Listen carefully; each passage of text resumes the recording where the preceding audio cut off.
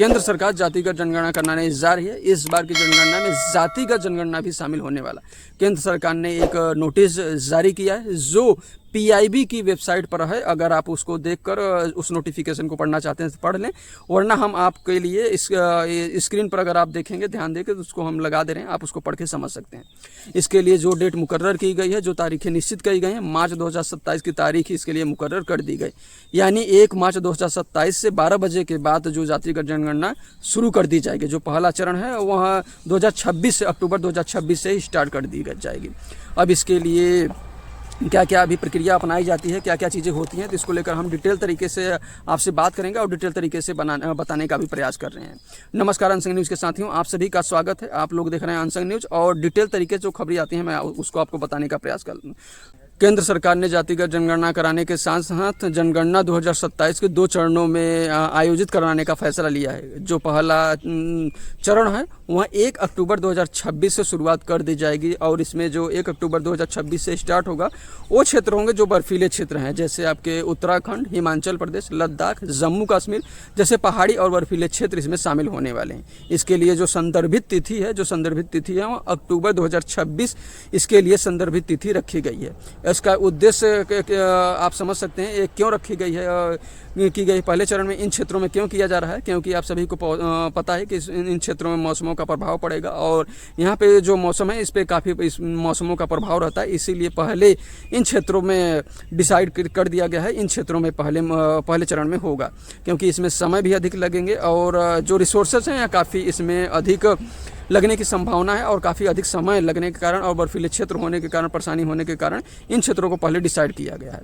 और जो दूसरा चरण है वह इसके लिए जो डेट मुकर्रर की गई है 1 मार्च 2027 से दूसरे चरण की शुरुआत कर दी जाएगी। इन क्षेत्रों में जो बाकी बचे हुए क्षेत्र हैं उसके लिए जातिगत जनगणना कराने की जो तिथि रखी गई है 1 मार्च 2027 12 बजे के बाद इन क्षेत्रों में जनगणना कराने का फैसला लिया गया है।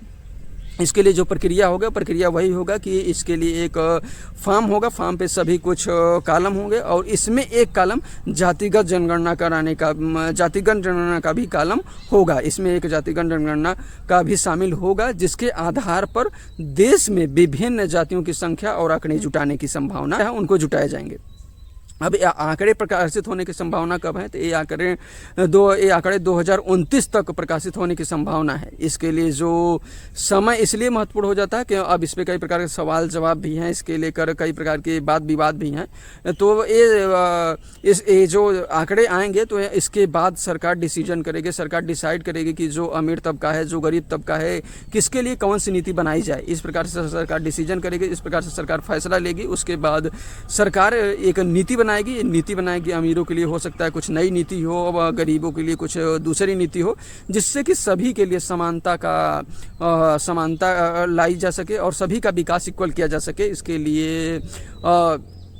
इसके लिए परिसीमन आयोग और नीति निर्माण के लिए भी इन आंकड़ों को जुटाना बहुत आवश्यक है और काफ़ी उपयोगी माना जा रहा है। सरकार है वह जो जातिगत जनगणना कराने का फैसला है यह पूरी तरीके से पारदर्शिता के साथ कराने का दावा किया है। इसमें जो अंतर जाति विवाह हैं उनकी संतानों और उन लोगों का भी रिकॉर्ड रखा जाएगा जो जाति नहीं बताना चाहते हैं। इस प्रकार से सरकार ने डिसाइड किया है और सरकार ने ये भी कहा है कि जो जुटाए जाएंगे वह पूरी तरह से पारदर्शिता रखी जाएगी और इसमें किसी प्रकार का घालमेल नहीं होगा।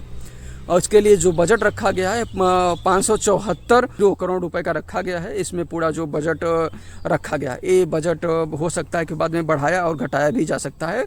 अब इसमें टोटल खर्च करना आ रहा है, उसके हिसाब से हो सकता है कि इस बजट को बढ़ाया और घटाया भी जा सकता है। अब इसमें जो राजनीतिक फैसला है या फिर आप कह सकते हैं जो राजनीतिक संदर्भ है, इसमें कुछ राजनीतिक संदर्भ भी दिए गए हैं। इसमें यह भी कहा जा रहा है कि यहाँ जो फैसला लिया गया है, बिहार विधानसभा का चुनाव से पहले फैसला लिया गया, इस चुनाव को लेकर फैसला लिया गया बिहार चुनाव को देखते हुए, और इस पर विपक्ष ने भी दबाव कहा है कि ये विपक्ष की जीत है। विपक्ष ने लगातार इसकी मांग की थी कि जातिगत जनगणना कराया जाए, यह बहुत ही आवश्यक है। अब यहाँ एक ऐतिहासिक फैसला इस पे ये भी माना जा रहा है कि ये भी है, क्योंकि अब आप सभी को पता होना चाहिए कि आज़ादी के बाद अब पहली बार होगा कि जब जातिगत जनगणना फैसला लिया जाएगा। अब इसमें होने वाला क्या है कि आप सभी को बता दें कि जो 1931 में पहली बार जातिगत जनगणना की गई थी, वो भी ब्रिटिश सरकार, ब्रिटिश शासन में, उसके बाद जातिगत जनगणना नहीं कराई गई और नहीं कराई गई अभी तक। उसके बाद पहला ये जातिगत जनगणना कराने का सरकार ने फैसला लिया है और देश के आज़ादी के बाद पहला फैसला यहाँ लिया गया। 2011 में भी सामाजिक, आर्थिक और जाति सर्वे हुए थे, लेकिन उसके जो जातिगत आंकड़े थे वो सार्वजनिक नहीं किए गए थे। वो कहीं ना कहीं वो सरकार के जो कांग्रेस सरकार थी उस समय कराए गए थे, लेकिन उसके जो जातिगत आंकड़े थे उसे सार्वजनिक नहीं किए गए।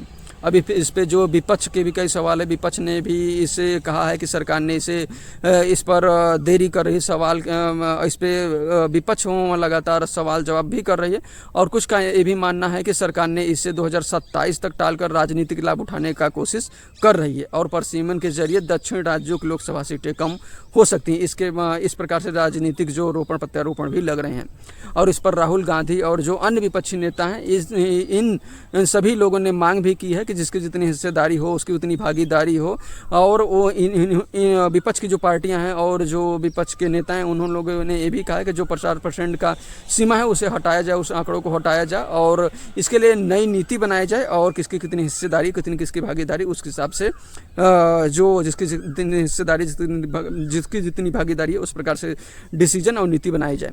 अब इस पर केंद्र सरकार ने ये भी कहा है कि जो सरकार है अक्टूबर 2026 और मार्च 2027 के लिए सीमा तय कर दी गई। इसके आंकड़े 2029 तक आने की उम्मीद है। यह प्रक्रिया नीति और सरकार ने भी कहा है कि इससे नीति निर्माण, संसाधन वितरण व सामाजिक न्याय के लिए महत्वपूर्ण मानी जा रही है, लेकिन इसकी देरी और राजनीतिक प्रभाव को लेकर लोग इस पर बहस भी कर रहे हैं और इस बहस को जारी रखे हुए हैं।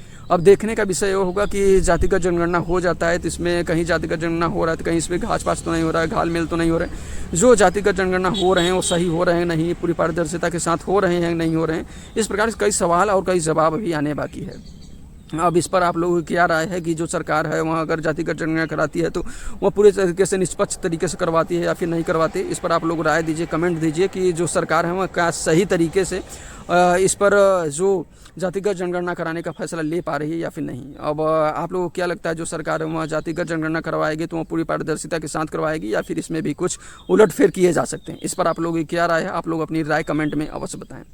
इसके लिए आप लोग अपनी राय कमेंट में देना ना भूलें। जय हिंद, जय भारत। और जो भी आगे की प्रक्रिया आती है, अभी सरकार के द्वारा कई नोटिफिकेशन अभी आने बाकी हैं, तो जो भी नोटिफिकेशन आते हैं उस पर हम डिटेल तरीके से आपसे चर्चा करेंगे और डिटेल तरीके से हम आपको बताने का भी प्रयास करेंगे। बहुत बहुत धन्यवाद।